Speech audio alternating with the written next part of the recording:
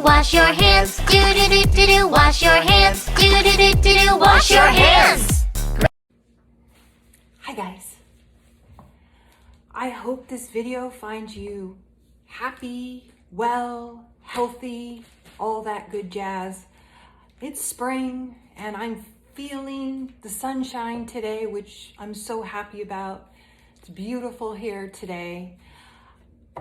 Today I'm going to teach you something that Mrs. Godbold shared with me quite a few years ago, and I have made it ever since. It's called Overnight French Toast, and I think you and your family will thoroughly enjoy this one. So hopefully you're able to make it at home and share this one with everyone. So what you're going to need is you're going to need 1.5 loaves of bread. You're also going to need 6 eggs. You're going to need 1.5 cups of half and half. That's a tongue twister. You're going to need 1.5 cups of milk, and you could use any type of milk you want. Whole milk probably tastes the best, but not very good for you, so I have 2% milk here. Cinnamon and some nutmeg for today's part. Tomorrow's part, you're going to add some other things, but I'm just going to tell you about today first. I have lined a 9x13 casserole with non-stick foil.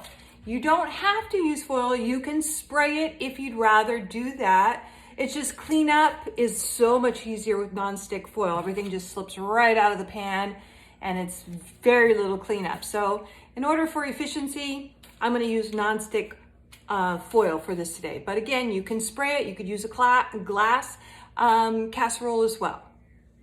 So you're going to take that bread and you're going to use a serrated knife. This is a serrated bread knife. And you're just going to cut through a whole bunch of slices at once because you have a lot of bread to cut.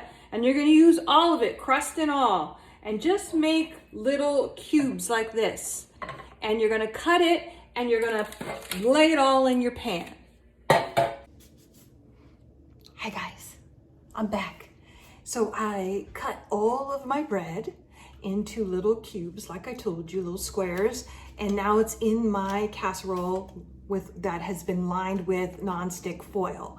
What I'm going to do now is I'm going to crack those eggs. And when I crack those eggs, I'm going to crack it on a flat surface so it gets a nice clean crack, and then just open it up very carefully because you don't want to get any shells in there.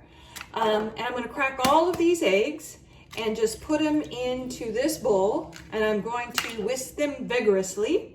But before I do any of that, after I crack them, I'm going to wash my hands really well because I don't want to get any salmonella on anything, okay? Because eggs contain salmonella. You should have learned that in the food safety unit.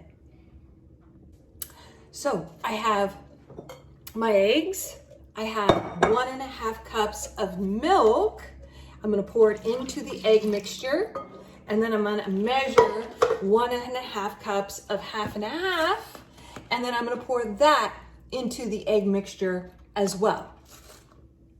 Make sure you're using liquid measuring cups because you're using liquid milk, half and half, they're liquids.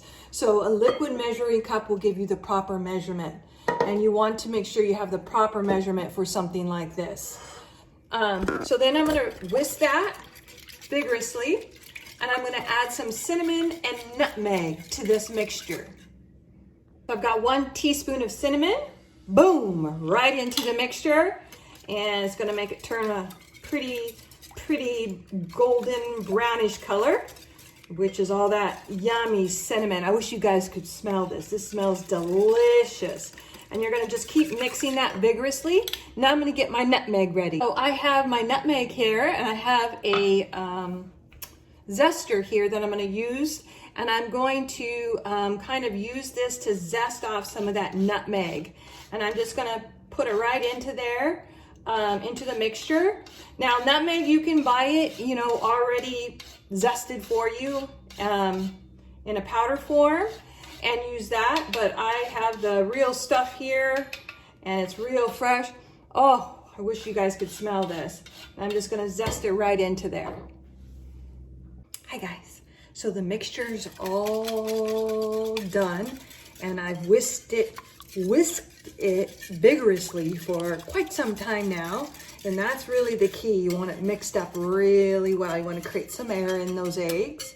And now I'm going to carefully, very carefully pour it over the bread. So I'm going to show you this very carefully. So you're going to take it and just very carefully let that seep. And this mixture will seep down and coat all of this bread overnight. And after I do this, I'm going to kind of press it all down so that it all gets a little bit of the mixture. I'm actually going to use a spatula for that. Sorry guys. So I had to grab a spatula. I'm just going to kind of press it down so that it can all get coated into that mixture. And then I'm going to wrap it, cover it with some foil or saran wrap, whichever you prefer. And you're going to put it in the refrigerator overnight so that mixture can seep into that bread. And that's the end of part 1 of Overnight French Toast. Hi guys, it's day 2 of Overnight French Toast Casserole. And I'm going to walk you through the second part of this wonderful recipe. But before I do that, I'm going to take you into my pantry and show you a few things in here. Now, if you see the way I organize things, I have these little trivets, Lazy Susans. They're about 10 inches in size, and they're a real great way to organize some of your things that you grab often. So one thing I'm gonna need is some syrup. I'm also gonna need some brown sugar. So I'm gonna pull this brown sugar out. Hi guys, so now that I have my syrup and I have 1 cup of brown sugar, I'm gonna use some pecans for mine, but you do not have to use pecans. And I'm gonna use 1 stick of butter for this part of the recipe. My bread is out of the refrigerator. I've let it set out on the counter to try to get it somewhat to room temperature so that when it goes into the oven, it bakes for the time allotted, which is about 45 minutes in an oven at 350 degrees. So now I'm going to take the butter and I'm gonna put it into a microwave safe bowl and I'm gonna melt it. My butter is all melted and I'm going to add, let's just see here, I'm gonna add, I see that okay? I'm gonna add a cup of brown sugar and I'm gonna add about 2 tablespoons of that syrup I grabbed from my pantry. And I'm gonna mix that all in together with a rubber scraper and just mix that in real nice, and you'll get this buttery brown sugar consistency. And you're going to pour this on top of your bread. So you're just going to basically pour it on top and let that go all the way. So now that I have that that mixture over the bread, I'm just gonna go and I'm gonna sprinkle some pecans. Now you could add other things to this recipe, sausage or bacon, cranberries. I like it just kind of like this, but I've seen it done a million different ways. And any way is delicious, but this is my favorite. Okie dokie. So now I'm gonna pop it in the oven for about 45 minutes. I wanna make sure it gets cooked all the way through. That's why I took it out and let it sit on my counter for about an hour because it's coming directly from the refrigerator, so it's really cold. But now it should be just perfect to go for 45 minutes. You know what that sound means? They're ready. So, I got Andy here and Lacey here. They're over for brunch, and we're gonna try this delicious French toast casserole. Have a good day, guys. Bye. Hello. Hello.